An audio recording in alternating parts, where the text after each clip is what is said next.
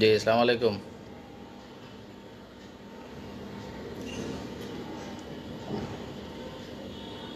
Destiny movement কর্মসূচির আরও একটি লাইভ প্রোগ্রামে সবাইকে স্বাগতম। তো আজকে শুনানির বিষয়ে বিভিন্নভাবে বিভিন্ন সময় বাটপারদের লাইভ আপনারা শুনেন। তো যে জিনিসগুলো তারা বলে না সেগুলো একটু আপনাদের সাথে শেয়ার করি।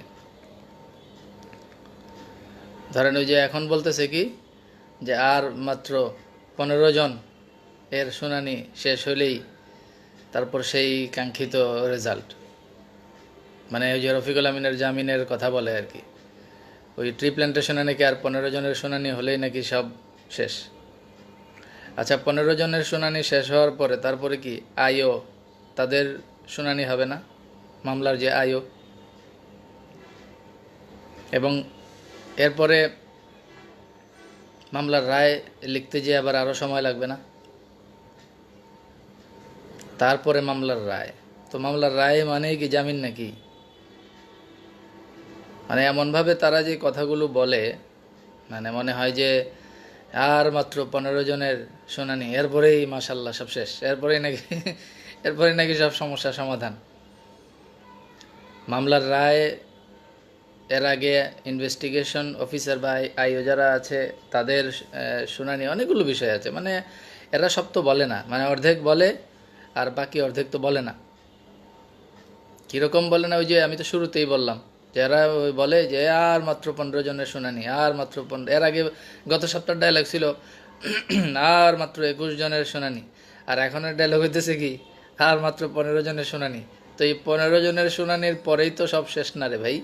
এই 15 জনের সাক্ষীর শুনানি শেষ হওয়ার পরে আইও যারা তাদের শুনানি হবে, তাদের বক্তব্য নেওয়া হবে, এখানে একটা সময় যাবে না? এরপরে যারা ওই যে মামলার রায় লেখার একটা বিষয় আছে, ওই মামলার রায় লেখালেখির বিষয়, এখানে কি একটা সময় যাবে না? তারপরে রায়। আর রায় হলেই কি আপনার মানে জামিন নাকি? রায় হলো আমার যত দূর ক্ষুদ্র জ্ঞানে যেটা মনে হচ্ছে, যেটা আমার পারসেপশন, মাল্টিপারপাসে যেভাবে একটা বড় রায় হয়েছে, বড় সাজাভিত্তিক রায় হয়েছে, ট্রি প্ল্যান্টেশনেও একটা বড় সাজাভিত্তিক রায় হবে। মানে ব্যক্তিগতভাবে রফিকুল আমিনের সাথে তো আমার শত্রুতা নাই, কিন্তু আমি যেটা বাস্তবতা বা আমার দৃষ্টিকোণ থেকে যেটাকে বাস্তবসম্মত মনে হচ্ছে আমি সেটাই বলছি। মামলার রায়ে রফিকুল আমিনকে তো জামিন দিবেন না রে ভাই। আমার ধারণা মামলার রায় যেটা ট্রি প্ল্যান্টেশনের মামলার যে রায় হবে, সেই রায়ে রফিকুল আমিনের একটা বড় মাপের সাজা হবে এবং বাকি যারা আছে তাদেরও একটা বড় মাপের সাজা হবে, যেমনটা হয়েছিল মাল্টিপারপাসের ক্ষেত্রে। সত্য কথায় আসেন ভাই, বাস্তবসম্মত কথায় আসেন, আবেগ দিয়ে না চলে যুক্তিসঙ্গত বিষয়ে আসেন। তো ওই যে তারা যে বলে আর 15 জনের শুনানি হলে মানে ইনশাল্লাহ আমরা বিজয়ের মুখ দেখতেছি। আরে বেটা, 15 জনের শুনানি শেষ হলে শেষ না, এরপরে আইও যারা তাদের শুনানি আছে, তারপরে মামলার রায় লেখার একটা সময় আছে। তার মানে এখানে আরও প্রায় আরও মানে মাস, আমার ধারণা আরও মাস 6-এর একটা ব্যাপার আছে। তারপরে না হয় রায়ের ব্যাপার আসবে। তো এরা এমনভাবে বলে মনে হয় যে কালকেই সব সমস্যার সমাধান হয়ে যাবে। এই আরও যে সময় লাগবে এগুলো কিন্তু এই দালালের বাচ্চারা বলে না, এই বাটপারগুলো কিন্তু এগুলো বলে না।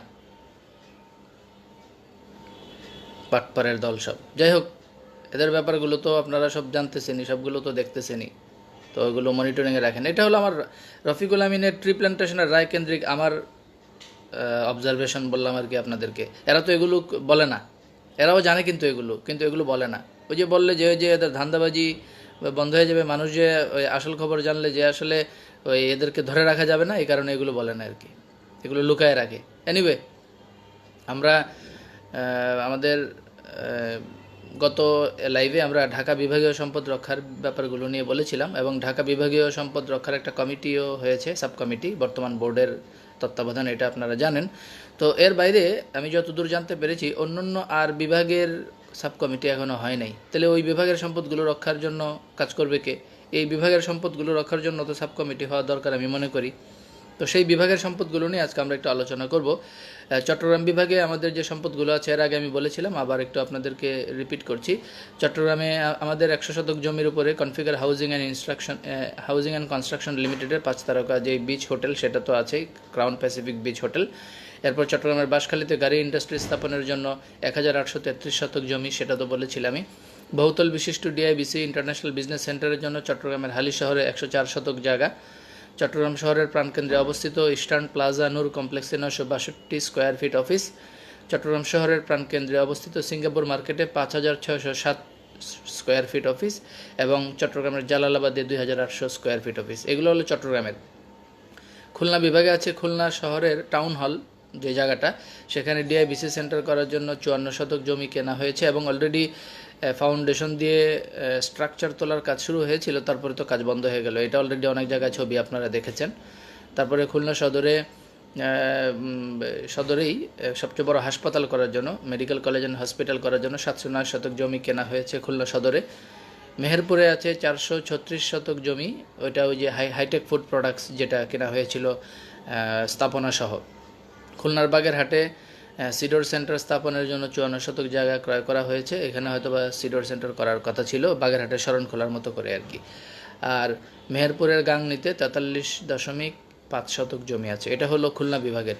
বরিশাল বিভাগে আমাদের দুটো জায়গা আছে। বরিশালের ডিআইবিসি টাওয়ার করার জন্য 105 শতক জমি কেনা হয়েছিল এবং 25 তলা দুটি ভবনের পাইলিংয়ের কাজও প্রায় শেষ ছিল। ওই যে চানমারিতে আর কি, বরিশালের চানমারি জায়গাটা, সদরে যারা আছেন তারা চিনবেন চানমারি কোন জায়গা।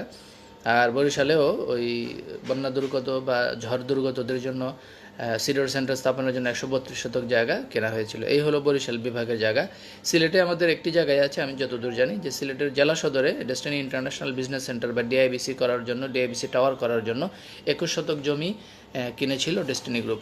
এর বাইরে আপনার কানাইঘাটে, সিলেটের কানাইঘাটে আমি যতদূর জানি যে ট্রি প্ল্যান্টেশনের জন্য একটা বড় অংশের জায়গা কেনা হয়েছিল বা লিজ নেওয়া হয়েছিল। ওটার ব্যাপারে কী অবস্থা সেটা ডিআইবিসি ট্রি প্ল্যান্টেশনের লোকেরা ভালো বলতে পারবেন। আমি ওনাদের কাছ থেকে হয়তো বা আপডেট পেলে আপনাদেরকে জানাবো।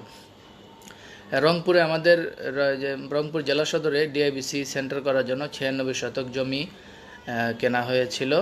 আর রংপুরের প্রাণকেন্দ্রেই প্রাতিষ্ঠানিক কাজের জন্য 2500 স্কোয়ার ফিট অফিস কেনা হয়েছে। ওই যে বর্ণসজ্জা ভবন, রংপুরের মোড়েই কিন্তু বর্ণসজ্জা ভবনে 2500 স্কোয়ার ফিট অফিস কেনা হয়েছে। এটার কি অবস্থা, এটা খোঁজখবর নেওয়া উচিত মালিক পক্ষের, আমি মনে করি। আর ওই যে রংপুর ক্যান্টনমেন্টের সাথেই কিন্তু ওই যে ডিআইবিসি টাওয়ারের জন্য 96 শতক জায়গা, এটা হলো রংপুরের জায়গা। রাজশাহীর বোয়ালিয়া থানায় ডিআইবিসি টাওয়ার করার জন্য 93 শতক জায়গা, ওই যে বর্ণালী সিনেমা হলের জায়গাটা আর কি ওইটা।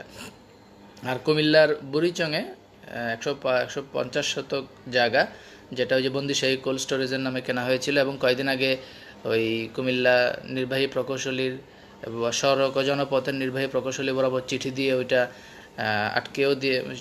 ওইটা নিজেদের নিয়ন্ত্রণে রাখার জন্য চিঠি দিয়েছেন যে ডেস্টিনির বর্তমান বোর্ড। আমি আপনাদেরকে একটা লাইভে বলেছিলাম ওই জায়গা আর কি।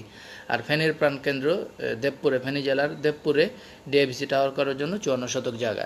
এই হলো ঢাকার বাইরের বাকি যে সম্পদগুলো, সেই সম্পদগুলো। তো সেই সম্পদগুলো রক্ষণাবেক্ষণের জন্য তো মনে হয় দ্রুততম সময়ে কমিটি করা উচিত। আমাদের বর্তমান পরিচালনা পর্ষদের পক্ষ থেকে আশা করি সেই ব্যাপারটিও দ্রুততার সহিত উদ্যোগ নেওয়া হবে, আমি বিশ্বাস করি। তো আসি এবার পরবর্তী পয়েন্ট হলো আমাদের বোর্ড মিটিং।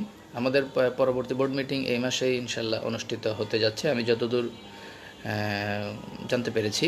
আমাদের যিনি চেয়ারম্যান বর্তমান বোর্ডের, উনি দেশের বাইরে আছেন।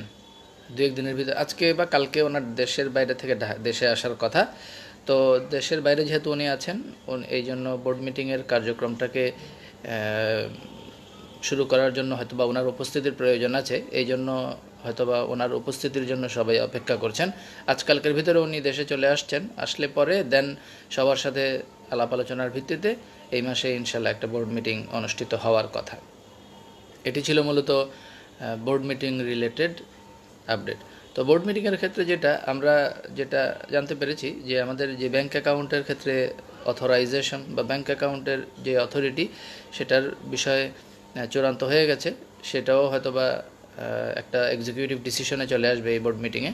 এর বাইরে আমাদের সম্পদগুলোর রক্ষণাবেক্ষণের ক্ষেত্রে যেই ঢাকা বিভাগীয় সম্পদ রক্ষা কমিটি হয়েছে, আশা করি এই সম্পদ রক্ষা কমিটির পক্ষ থেকেও আরও কিছু উদ্যোগ নেওয়া হবে এবং সম্পদগুলো হেফাজতের জন্য হয়তোবা কিছু উদ্যোগ নেওয়া হবে। এবং এই বোর্ড মিটিংয়ে হয়তোবা এর ভিতরে সিলেটের নবাব রোডের জায়গায়, হ্যাঁ একটু দেলোয়ার শিকদার সৌদি আরব থেকে বলেছেন আমাদের সিলেটের নবাব রোডের জায়গার খবর কি, দখল ওইটা এখনও দখলমুক্ত আছে আমি যতদূর জানি। একটু আগে বলেছি আমি ওই যে সিলেটের 81 শতক জায়গা যেটা নবাব রোডে জমি কেনা হয়েছিল, যেটা আমি যতদূর জানি সেটা এখনও দখলেই আছে। বাকিটা আমাদের সম্পদ রক্ষা কমিটির পক্ষ থেকে হয়তো বা বলা যাবে, যেহেতু ঢাকা বিভাগীয় সম্পদ রক্ষা কমিটি হয়ে গেছে, বাকি বিভাগগুলোর সম্পদ রক্ষা কমিটিও খুব দ্রুততম সময়ে এই বোর্ডের পক্ষ থেকে হয়তো বা করা হবে। যেহেতু দ্রুত এই সপ্তাহে একটা মিটিং হওয়ার সম্ভাবনা আছে এই মাসের মধ্যেই, তো এই বোর্ড মিটিংয়ের পরে হয়তো বা আমরা এই ব্যাপারে আরও বিস্তারিত তথ্য জানতে পারবো আর কি। তো এই যে সম্পদ রক্ষাকারী কমিটিগুলো, এই সম্পদ রক্ষাকারী কমিটিগুলোর কার্যক্রমটাকে আরও গতিশীল এবং দ্রুততম সময়ে করা উচিত বলে আমি মনে করি, কারণ আমাদের সম্পদগুলো রক্ষণাবেক্ষণের উপরেই ডিপেন্ড করছে আমাদের বিনিয়োগের টাকা ফেরত পাওয়ার নিশ্চয়তা। তো সেই ক্ষেত্রে ঢাকা বিভাগীয় সম্পদ রক্ষাকারী কমিটি যারা আছেন, আপনাদের কাছে আমাদের বিনীত আহ্বান থাকবে আপনারা দ্রুততম সময়ে এই সম্পদগুলো হেফাজতের উদ্যোগ নেন। আর ঢাকা বিভাগীয় সম্পদ রক্ষাকারী কমিটি যে বোর্ডের তত্ত্বাবধানে হয়েছে, আপনাদের কার্যক্রমের ক্ষেত্রে সম্পদ রক্ষার ক্ষেত্রে আপনারা কি কি ভূমিকা নিলেন বা কি কি উদ্যোগ নিলেন, বা আমাদের সম্পদগুলো রক্ষার ক্ষেত্রে আপনাদের আইনি কি কি পদক্ষেপ নিচ্ছেন, এগুলো আমরা দ্রুততম সময়ে বিনিয়োগকারী হিসেবে জানতে চাই এবং আপনাদের কাছ থেকে দ্রুততম সময়ে এ ব্যাপারে আমরা পদক্ষেপ দেখতে চাই। আর এর বাইরে ঢাকার বাইরে যে সম্পদগুলো আছে, চট্টগ্রাম, খুলনা, বরিশাল, সিলেট, রংপুর, রাজশাহী সহ অন্যান্য যে জায়গাগুলো, সেই সম্পদগুলোও দ্রুততম সময়ে রক্ষণাবেক্ষণের জন্য দ্রুত একটি কমিটি ভিত্তিক অ্যাক্টিভিটিস আমরা বর্তমান পরিচালনা পর্ষদের কাছ থেকে দেখতে চাই। তো আশা করি এই আপকামিং যে বোর্ড মিটিং অনুষ্ঠিত হতে যাচ্ছে, সেই বোর্ড মিটিংয়ের ক্ষেত্রে আশা করি একটা ভালো রেজাল্ট আমরা ইনশাল্লাহ পাবো ওনাদের কাছ থেকে। আর বিশেষ করে আমাদের যেই অস্থাবর সম্পত্তিগুলো আছে, যেমন আমাদের অনেকগুলো গাড়ি আছে, আমাদের গ্রুপ কেন্দ্রিক অনেকগুলো গাড়ি আছে, মাল্টিপারপাসের অনেকগুলো গাড়ি আছে, বিভিন্ন প্রতিষ্ঠানে অনেকগুলো গাড়ি আছে, যেগুলো বিভিন্নভাবে বেনামে নামে বিভিন্নজন ব্যবহার করছেন আমরা যতদূর জানি। তো এই সম্পদগুলোও তো ডেস্টিনি গ্রুপের সম্পত্তি। আমরা এতক্ষণ যে আলোচনা করলাম এগুলো তো হলো জায়গা জমির ব্যাপার, যেগুলো আমাদের যে অস্থাবর সম্পত্তিগুলো আছে উভয়ের দায়িত্বই তো আপনাদের। তো আমাদের যেই গাড়িগুলো আছে সেই গাড়িগুলো দ্রুততম সময়ে এই বোর্ডের হেফাজতে নিয়ে আসাটা জরুরি বলে আমি মনে করি। সেই ক্ষেত্রে আগামী যেই বোর্ড মিটিং হতে যাচ্ছে, সেই বোর্ড মিটিংয়ে এই ব্যাপারেও মালিকপক্ষ একটি দ্রুততম ডিসিশন নেবেন আশা করি। কারণ এই গাড়িগুলো যদি রক্ষণাবেক্ষণ করা যায়, এই গাড়িগুলো দিয়েও কিন্তু আমাদের প্রাতিষ্ঠানিক অনেক কার্যক্রম পরিচালনার ক্ষেত্রে এই গাড়িগুলোকে কাজে লাগানো যেতে পারে। আর সর্বশেষ আমাদের বিনিয়োগকারী কেন্দ্রিক কিছু বিষয় নিয়ে আলোচনা শেষ করব। আমাদের বোর্ডের উদ্দেশ্যে বলছি, এই যে দেখেন আমাদের এতগুলো এই যে এত এত এত এত সম্পদ, এই সম্পদগুলো এককভাবে রক্ষণাবেক্ষণ করাটা আপনাদের জন্য কি সম্ভব হবে? বিনিয়োগকারী বা স্থানীয় প্রশাসন এবং স্থানীয় বিনিয়োগকারীদের সহযোগিতা কি আপনাদের লাগবে না? যদি এমন হয় যে না 45 লক্ষ বিনিয়োগকারী কারো সহযোগিতা আপনাদের লাগবে না, আপনারা একাই সব সম্পদ নিয়ন্ত্রণে নিয়ে আসতে পারবেন, তো সমস্যা নেই, আনেন, আমাদের তো আপত্তি নেই, আলহামদুলিল্লাহ আনেন। কিন্তু যদি এমন হয় যে কান্ট্রি ওয়াইজ আমাদের এই বিনিয়োগগুলো কান্ট্রি ওয়াইজ আমাদের এই বিনিয়োগকৃত সম্পদগুলো রক্ষণাবেক্ষণের জন্য আপনাদের একটা ম্যানপাওয়ার লাগবে, পেশি শক্তি লাগবে বা জনশক্তি লাগবে, যদি এটা মনে করেন, তাহলে বিনিয়োগকারীদেরকে আপনাদেরকে কি টাচে আনা দরকার না? মানে আপনারা মিটিংয়ের পাশাপাশি বিনিয়োগকারীদেরকে সংযুক্ত করে কোনো কার্যক্রম যদি না করেন, তাহলে তো এই এত এত সম্পদ এগুলো রক্ষণাবেক্ষণ করা আপনাদের এককভাবে কঠিন হয়ে যাবে। যেমন ধরেন চট্টগ্রামে যে সম্পদগুলো আছে, খুলনায় যে সম্পদগুলো আছে, বরিশালে যে সম্পদগুলো আছে, সেই সম্পদগুলো, যেমন চট্টগ্রামের সম্পদগুলো রক্ষা করার জন্য চট্টগ্রামের বিনিয়োগকারীদের সহযোগিতা নেওয়া উচিত না? নিতে হবে তো আপনাদের। খুলনার সম্পদগুলো রক্ষণাবেক্ষণের জন্য খুলনার স্থানীয় বিনিয়োগকারীদের আপনাদের লাগবে না? বরিশালের সম্পদগুলো, সিলেটের সম্পদগুলো রক্ষণাবেক্ষণের জন্য ওইখানকার স্থানীয় বিনিয়োগকারী যারা আছেন তাদের সহযোগিতা আপনাদের লাগবে না? তো আপনারা কি সব বিভাগে বিনিয়োগকারীদেরকে সংযুক্ত করার কোনো উদ্যোগ নিচ্ছেন না তো? তাহলে এই উদ্যোগ আপনারা না নিলে এই কান্ট্রি ওয়াইজ এত এত সম্পদ রক্ষণাবেক্ষণের দায়িত্ব আপনারা এককভাবে পালন করবেন কিভাবে? তো এক্ষেত্রে আমি আপনাদেরকে আহ্বান করব, আপনারা বিনিয়োগকারীদেরকে আপনাদের সাথে সংযুক্ত করার উদ্যোগ নেন। আদারওয়াইজ আপনাদের জন্য এটা অনেক বড় বোঝা হয়ে যাবে। যেমন খুলনা বিভাগে যাবেন সম্পদগুলো হেফাজত বা রক্ষণাবেক্ষণের জন্য, সেইখানকার খুলনা বিভাগের স্থানীয় যদি বিনিয়োগকারীদের সাথে আপনাদের কমিউনিকেশন না থাকে, কানেকশন না থাকে, ওই সম্পদগুলো হেফাজত করবেন কিভাবে? রংপুরে আমাদের যে সম্পদগুলো আছে সেই সম্পদগুলো রক্ষণাবেক্ষণ করার জন্য রংপুরের স্থানীয় বিনিয়োগকারীদের সাথে যদি একটা কানেকশন আপনারা তৈরি না করেন, তাহলে রংপুরের এই সম্পদগুলো রক্ষণাবেক্ষণ করবেন কিভাবে? আমি আপনাদের কাছে অনুরোধ করব যে আপনারা বোর্ড মিটিংয়ের পাশাপাশি বিনিয়োগকারী হিসেবে যারা আছেন সারা দেশে, এই বিনিয়োগকারীদের সাথে আপনারা সংযোগ স্থাপনের জন্য ভূমিকা নেন। এক্ষেত্রে destiny central PhD forum, destiny executive forum এবং ডেস্টিনি ডিস্ট্রিবিউটর ফোরামে যারা আছেন তাদের সহযোগিতা আমি মনে করি আপনারা নিতে পারেন। এর বাইরে destiny social media forum blue, destiny social media forum green, bill destiny, go diamond, তারপরে এই যে সংগঠনগুলো আছে আর কি, তার মানে 12 থেকে এই পর্যন্ত বিভিন্নভাবে যে সকল বিনিয়োগকারীদের সংগঠন প্রতিষ্ঠানকে সহযোগিতা করেছে এবং কাজ করেছে, আপনারা তাদেরকে যদি আপনাদের সমন্বয়ে নিয়ে আসেন, সেই ক্ষেত্রে প্রথমত একদিকে ইনসাফ প্রতিষ্ঠা হবে, যারা শ্রম সময় মেধা অর্থ দিয়েছে তাদের সঠিক মূল্যায়ন হবে। দ্বিতীয়ত আপনাদের কাজগুলোকে আরও সহজভাবে করার জন্য এই সংগঠনগুলো কিন্তু যথেষ্ট ভূমিকা নিয়ে আপনাদেরকে সহযোগিতা করতে পারবে বলে আমি মনে করি। তো আপনারা বিচক্ষণ ব্যক্তি, আপনারা মালিক পক্ষ, আপনারাই ভালো জানেন কিভাবে কাজগুলো করতে হবে। ব্যক্তিগতভাবে আমি আমার পক্ষ থেকে একজন আপনাদের শুভাকাঙ্ক্ষী হিসেবে, বোর্ডের শুভাকাঙ্ক্ষী হিসেবে আমার ব্যক্তিগত মতামত প্রকাশ করলাম, দ্যাটস অল। তো আমি মনে করি 12 থেকে 24 এই দীর্ঘ এক যুগে বিভিন্ন সময়ে বিভিন্নভাবে যে সকল বিনিয়োগকারীরা শ্রম সময় মেধা অর্থ দিয়ে প্রতিষ্ঠানকে সহযোগিতা করেছে, সেই সকল সংগঠনগুলো প্রত্যেকেই আপনাদের কাছ থেকে মূল্যায়ন পাওয়ার অধিকার রাখেন। সেটা সোশ্যাল মিডিয়া ফোরাম ব্লু বলেন, সোশ্যাল মিডিয়া ফোরাম গ্রিন বলেন, বিল ডেস্টিনি বলেন, ডিডাফ বলেন, গো ডায়মন্ড বলেন, সেঞ্চুরি প্লাস বলেন, এবং তলবি সবার পরে destiny central PhD forum, destiny executive forum কিংবা ডেস্টিনি ডিস্ট্রিবিউটর ফোরাম, যাই বলেন না কেন, ওনারা প্রত্যেকেই এই প্রতিষ্ঠানকে সহযোগিতা করার জন্য শ্রম সময় মেধা অর্থ প্রত্যেকেই দিয়েছেন, কম আর বেশি প্রত্যেকেই দিয়েছেন। অতএব এই প্রতিটি সংগঠন, এই প্রতিটি সংগঠন সংশ্লিষ্ট ব্যক্তি এবং এই প্রতিটি সংগঠন সংশ্লিষ্ট বিনিয়োগকারী প্রত্যেকেই এই প্রতিষ্ঠানকে টিকিয়ে রাখার জন্য কম বেশি সহযোগিতা করেছেন। এবং এই কারণেই এই সংগঠন কেন্দ্রিক যে সকল ব্যক্তি গত 12 বছরে আছেন, প্রতিষ্ঠানকে সহযোগিতা করেছেন, ওনারা প্রত্যেকেই আপনাদের কাছ থেকে মূল্যায়িত হওয়ার অধিকার রাখেন। এটাই ইনসাফ, এটাই ইনসাফ ভিত্তিক ডিসিশন হবে বলে আমি মনে করি। তো সেক্ষেত্রে আমাদের বর্তমান বোর্ড, বর্তমান পরিচালনা পর্ষদ ইনসাফ ভিত্তিক ডিসিশন নেবেন এবং ইনসাফ ভিত্তিক কার্যক্রমই পরিচালনা করবেন। এবং একই সাথে এই 10-12 বছরে যারা বিভিন্ন সংগঠনের মাধ্যমে শ্রম সময় মেধা অর্থ দিয়ে সহযোগিতা করেছে তাদেরকে যথাযথ মূল্যায়ন করবেন আশা করছি। এতে করে সংশ্লিষ্ট ব্যক্তিরা সঠিকভাবে মূল্যায়িত হবে, যারা 10-12 বছর ধরে কষ্ট করেছে তারা সঠিকভাবে মূল্যায়িত হবে। দ্বিতীয়ত আপনাদের বোর্ড বা পরিচালনা পর্ষদ কেন্দ্রিক কার্যক্রমের ক্ষেত্রেও আপনারা অনেক অনেক সহযোগিতা পাবেন, এটা আমি বিশ্বাস করি। তো আশা করছি বিজ্ঞ পরিচালনা পর্ষদ যথাযথ উদ্যোগ এবং যথাযথ সিদ্ধান্তই নেবেন। তো এই ছিল মূলত আজকের ডেস্টিনি মুভমেন্ট কেন্দ্রিক আলোচনা।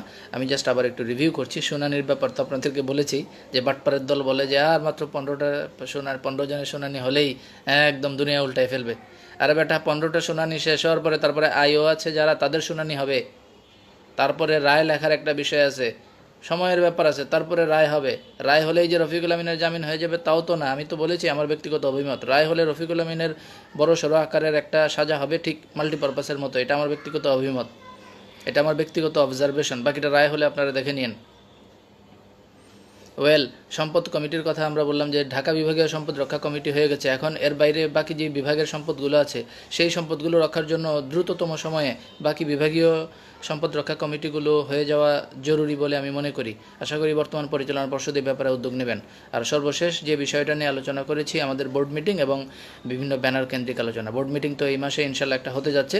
আর আমাদের ব্যানার কেন্দ্রিক আলোচনার ক্ষেত্রে আমি যেটা বলেছিলাম এটা জাস্ট সামারি একটু বলছি যে 12 থেকে 24 এই এক যুগে বিভিন্নভাবে বিভিন্ন ব্যানারে বিভিন্ন সংগঠনের মাধ্যমে যে সকল বিনিয়োগকারীরা শ্রম, সময়, মেধা, অর্থ দিয়ে সহযোগিতা করে প্রতিষ্ঠানকে আজকে এত দূর নিয়ে এসেছে, সেই ব্যক্তিদেরকে যথাযথ মূল্যায়ন করাটা আমি মনে করি বর্তমান পরিচালনা পর্ষদের একটা নৈতিক দায়িত্ব। এবং আশা করি বর্তমান পরিচালনা পর্ষদ ওনাদের দাপ্তরিক কার্যক্রম, অফিসিয়াল কার্যক্রমের পাশাপাশি এই গত এক যুগ ধরে শ্রম, সময়, মেধা, অর্থ দিয়ে সহযোগিতা করা বিনিয়োগকারীদেরকে যথাযথ মূল্যায়ন করবেন।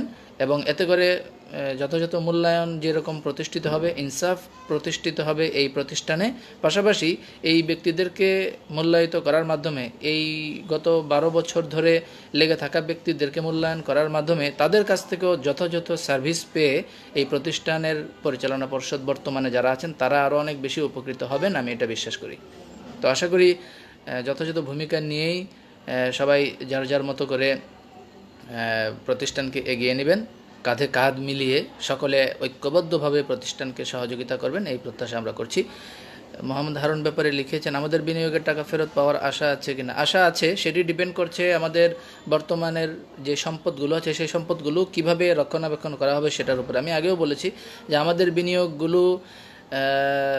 বিনিয়োগের টাকা ফেরত পাওয়ার অন্যতম প্রধান শর্তই হচ্ছে আমাদের যেই সম্পদগুলো সেগুলো রক্ষণাবেক্ষণ করা।